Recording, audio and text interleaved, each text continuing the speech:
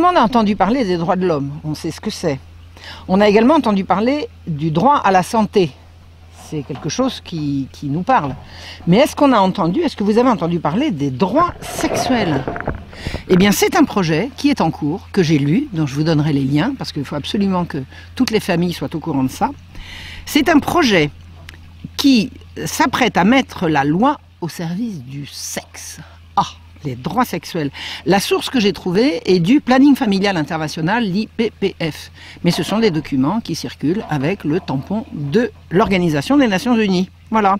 Alors de quoi s'agit-il? Qu'est-ce que c'est le droit sexuel? Eh bien, c'est le droit de connaître et de jouir d'une sexualité indépendante de la reproduction et d'une reproduction indépendante de la sexualité.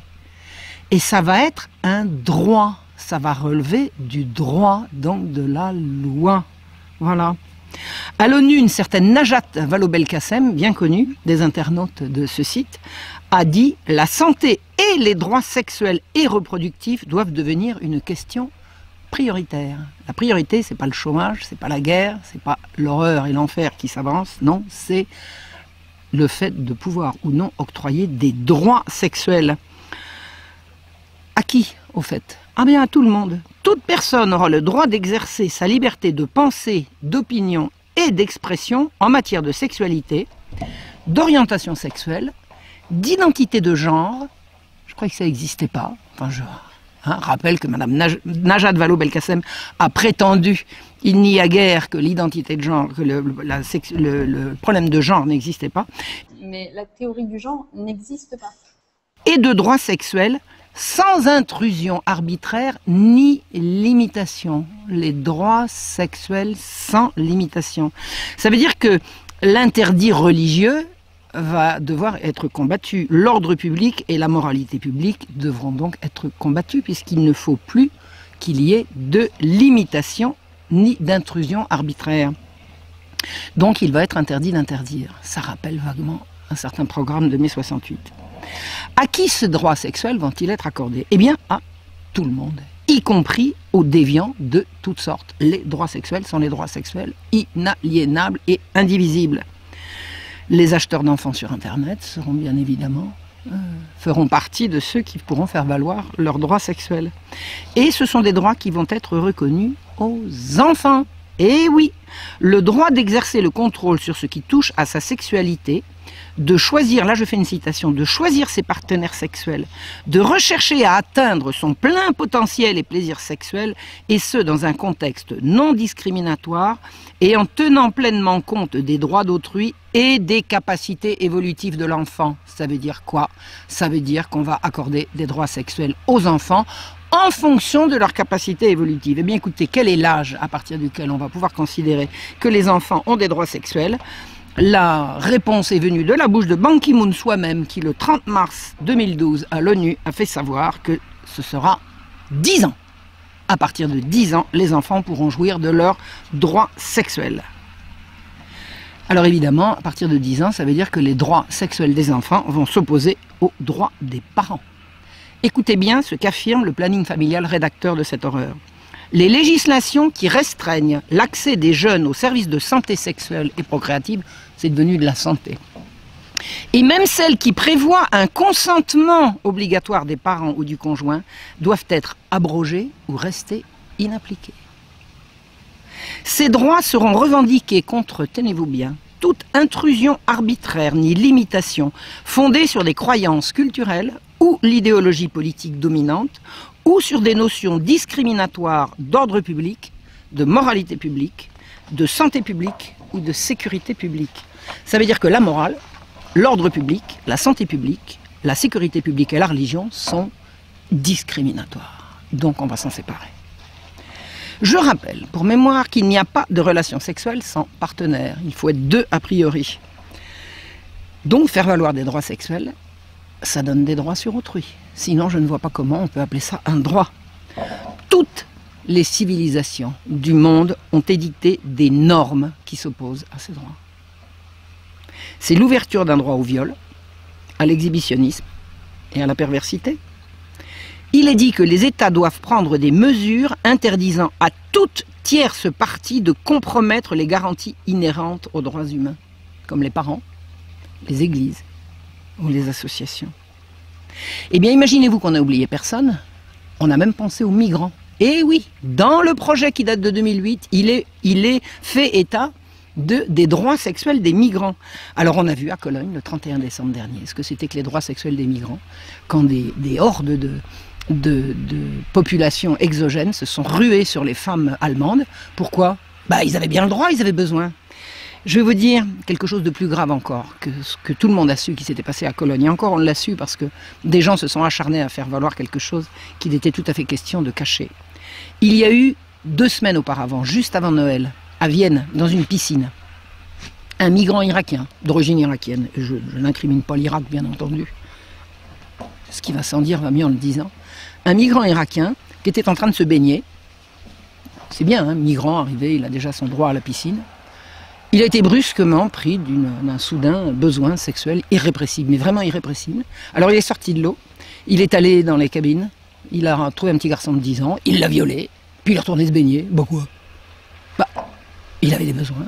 Et c'est ce qu'il a expliqué à la police qui est venue le cueillir. Il dit, bah oui, j'ai été pris d'un brusque besoin, j'avais un besoin, j'avais une urgence. Il a dit, il avait une urgence sexuelle. Mais il a fait valoir ses droits sexuels.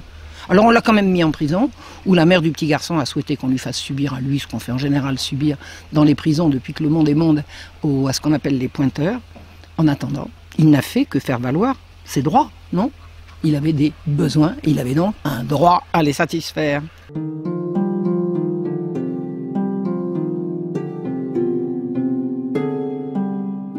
Il est également dit dans cette déclaration que toute personne a le droit d'avoir ou non des enfants biologiques ou adoptifs. Qu'est-ce que ça vient faire là-dedans? On a le droit d'avoir des enfants adoptifs, donc on a des droits sur les enfants qu'on n'a pas faits, donc on a des droits sur les enfants des autres. Ça vous dit quelque chose qui se prépare? Et écoutez bien, toute personne a droit à l'obtention de réparation pour violation de ses droits sexuels. Alors là, je vais vous dire, le papa qui m'a fichu une baigne parce qu'il trouvait que j'étais un peu trop maquillée pour aller danser, pour aller sortir, eh ben je vais pouvoir le faire mettre en prison. Bah oui, il a interféré dans mes droits sexuels. Et il est dit, tenez-vous bien, que les enfants auront le droit de se représenter eux-mêmes en justice pour faire valoir leurs droits sexuels. Contre leurs parents, évidemment, contre qui voulez-vous que ce soit. Eh bien, dans tous ces droits, il y en a 30 pages, je vous donnerai le lien, il faut absolument que les Français prennent connaissance de cette horreur qui circule dans toutes les langues, hein. Moi je m'adresse aux Français, mais les autres pays sont concernés. Dans ces 30 pages d'horreur, il n'est nulle part question d'interdire ni l'inceste, ni la pédophilie, évidemment. Il ne s'agit pas d'interdire, il s'agit d'interdire. Alors qui défend toutes ces horreurs? Alors je vous ai dit, le planning familial américain. Et à l'origine, il y a l'Institut Kinsey, de sinistre réputation. Alors Kinsey, c'est ce pervers sexuel qui a inventé la révolution sexuelle dans les années 40 et 50, 1940-1950. C'est lui, c'est un pervers qui a inventé la révolution du même nom. Mais l'Institut Kinsey, Kinsey est mort depuis longtemps, c'est l'Institut Kinsey, donc l'Institut qui porte son nom, qui vient de se voir accorder l'année dernière le statut de conseiller au Conseil économique et social de l'ONU. Eh oui, un institut fondé par un grand pervers sexuel et maintenant conseiller à l'ECOSOC.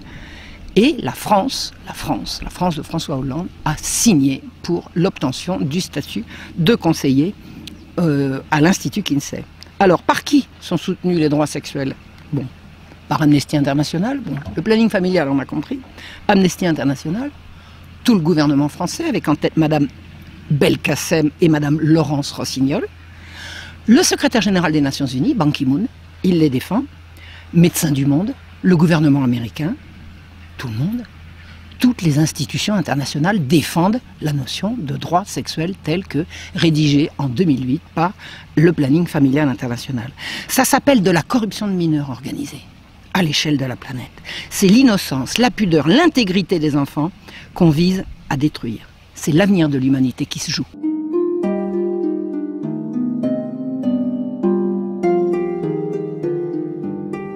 Parce que le corollaire de ces droits sexuels, c'est l'éducation sexuelle à l'école. Et là, il ne faut pas en rire. Parce que des expériences ont commencé à être pratiquées en France et que c'est l'horreur. Alors, ce qui se dessine et ce qui nous pend au nez, si je peux me permettre, je vais vous donner 3 exemples. En Allemagne, des enfants se sont évanouis à l'issue d'un cours d'éducation sexuelle. Un père qui s'appelle Eugen Martens, en août 2013, a refusé que sa fille retourne au cours d'éducation sexuelle. Il a été arrêté et mis en prison. Comme sa femme était enceinte, on lui a donné un délai pour aller faire sa peine de prison. C'est d'attendre que sa femme ait fini et donné naissance à leur enfant. Autre information intéressante, au mois d'août de 2015, c'est-à-dire l'année dernière, à Marseille, a eu lieu, alors payée évidemment par les deniers publics, parce que c'est toujours comme ça que ça se passe, une exposition d'images à caractère pédophile, scatophile et zoophile. Une horreur, une horreur. J'ai vu les images.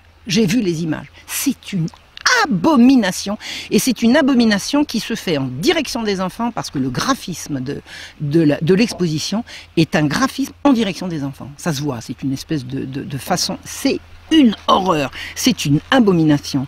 Qu'est-ce qui s'est passé? Des gens qui ont été alertés ont fait une pétition pour exiger le retrait immédiat de cette exposition. Eh bien, il y a eu une contre-pétition qui a circulé pour demander que cette exposition puisse être reprogrammée au nom du respect à la liberté d'expression de l'artiste. Parce que les deux pervers sexuels qui ont pondu cette horreur sont considérés comme des artistes, et c'est même à ce titre qu'ils ont touché des subventions des pouvoirs publics.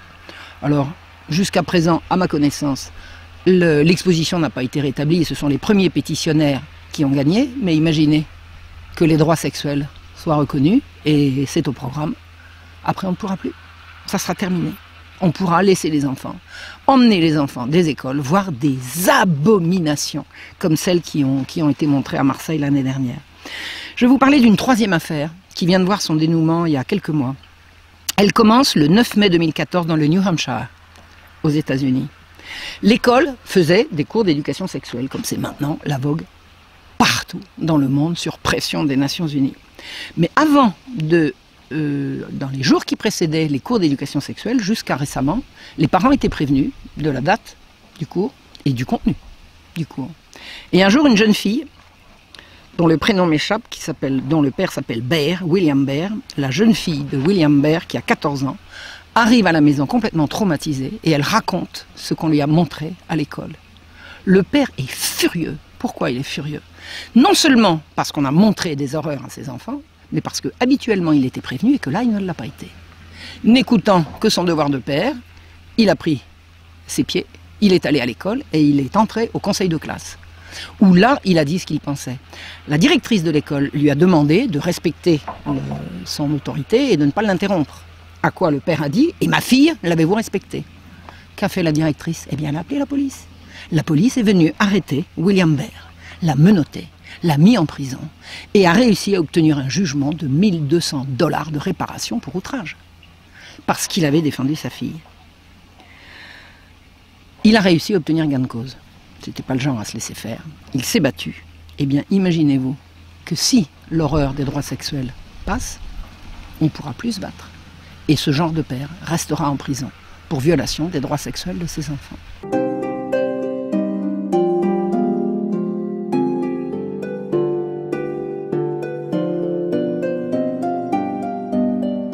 Ça n'est pas uniquement le sexe qu'on enseigne maintenant à l'école, c'est toutes les perversions. Toutes les perversions. On banalise toutes les déviances et ça passe par l'école. Je vais vous donner une citation que je tiens de Nigel Farage, qui a beaucoup fait parler de lui récemment à propos du Brexit et de son soutien à Donald Trump. Il m'a dit au mois de septembre 2014, je vous donnerai le lien avec la minute précise où il s'exprime. Il explique: il y a 10 ans, quand les États membres ont dû choisir leur commissaire, les Italiens ont porté leur choix sur un conservateur nommé Buttiglione. Il a répondu à plusieurs interviews. Il a dit qu'il pensait que, en général, il était préférable, tant que les finances le permettaient, que la mère puisse rester à la maison jusqu'à ce que l'enfant soit en âge d'aller à l'école. Ça a été considéré comme épouvantable. Il n'a pas été retenu. Il n'est pas devenu commissaire. C'est là, pour la première fois, que j'ai compris comment ces institutions sont brutalement laïques et viscéralement anti-famille. Suite de la citation de Nigel Farage: Quand on parle de l'Union européenne, on en parle généralement en termes de politique, de souveraineté, d'un manque de démocratie, mais il y a quelque chose de plus profond qui se passe, et qui est une tentative délibérée de détruire nos sociétés. Merci Nigel Farage. Vous savez ce qui se prépare? C'est la fin programmée de l'enfance et de la famille. Et maintenant, on fait quoi?